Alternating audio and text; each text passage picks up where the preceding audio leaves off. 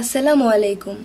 হে জগতবাসী, আমি নুসরাত জাহান সামিয়া আবার আপনাদের সামনে হাজির হইলাম বিশ্ব আধ্যাত্মিক জ্ঞান সঞ্চার দরবার শরীফ হইতে আমার পিতা শামীম আলী চিশতির গ্রন্থ থেকে একটি আলোচনা নিয়ে। সেই আলোচনাটির হেডলাইন হলো, আল্লাহ সর্বকিছু করেন না, যদিও করেন উসিলা ছাড়া করেন না, সরাসরি কিছুই করেন না।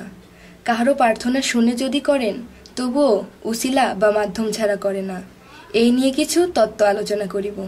আল্লাহ সর্বকিছু করে না, যদিও বলেন আল্লাহ সর্বকিছুই করেন, তাহলে আমি বলবো এই কথাটি বললে আল্লাহ দোষী হইয়া যাইবেন। কিভাবে দোষী হইয়া যাইবেন? আল্লাহ কি কারো ক্ষতি করে? আল্লাহ কি মিথ্যা বলে? আল্লাহ কি আইনের বাহিরে কিছু করে? আল্লাহ কি শয়তানের কাজ করে? আল্লাহ কি কোনো ভালো কাজের বিরুদ্ধে করে?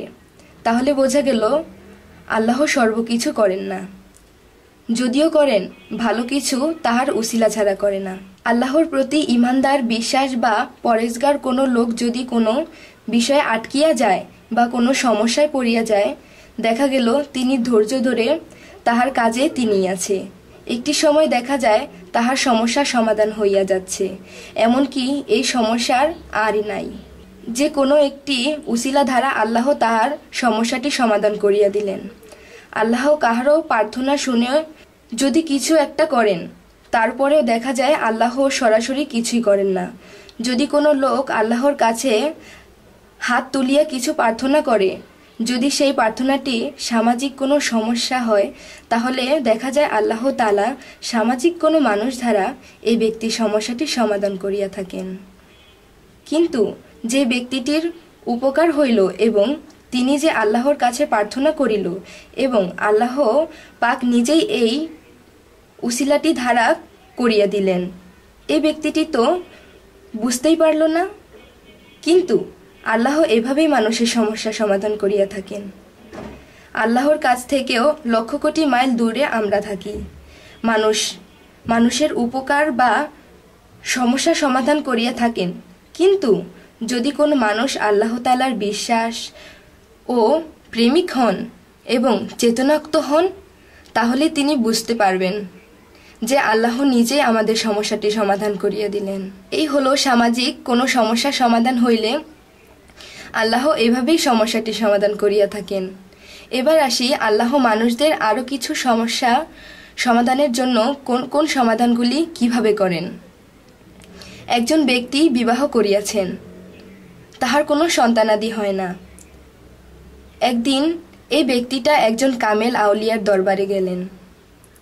মাজারে আসিয়া কাঁদতে কাঁদতে বলতে লাগলেন, হে আল্লাহর বন্ধু, আমি একজন নিঃসন্তান, আপনার দরবারে আসিয়াছি অনেক আশা করিয়া। আল্লাহ যেন আমাকে একটি সন্তান দান করেন। তখনই দেখা যায় যে একটি ব্যক্তি আসিলেন। হে বাবা, আল্লাহ কারো আশা অপূর্ণ রাখে না। যদি কেউ চাওয়ার মতো চাইতে পারে, ইনশাল্লাহ তোমাকেও আল্লাহ তো একটা সন্তান দান করবেন। আল্লাহ কারো আশা অপূর্ণ রাখে না। যদি কেউ চাওয়ার মতো চাইতে পারে, ইনশাল্লাহ তোমাকেও আল্লাহ একটি সন্তান দান করুন। এবং কিছুদিন গেল, ঘুরতে ঘুরতে বছর চলে গেল। ইনশাল্লাহ তোমাকেও আল্লাহ একটি সন্তান দান করুন।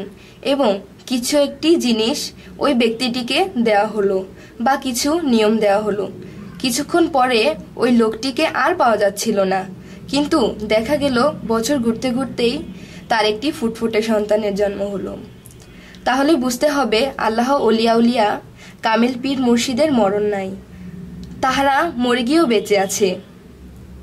একদিন সেই নিঃসন্তান সন্তান পাওয়ার পরে কিছুদিন পরেই ওই যে ব্যক্তিটা মাজারে আসিয়া সন্তান হবে বলে গিয়েছিল, এবং কিছুদিন পরে তিনি স্বপ্নে আসিয়া বলতে লাগলেন, কিরে বাবা, সন্তান পেয়ে খুশি তো?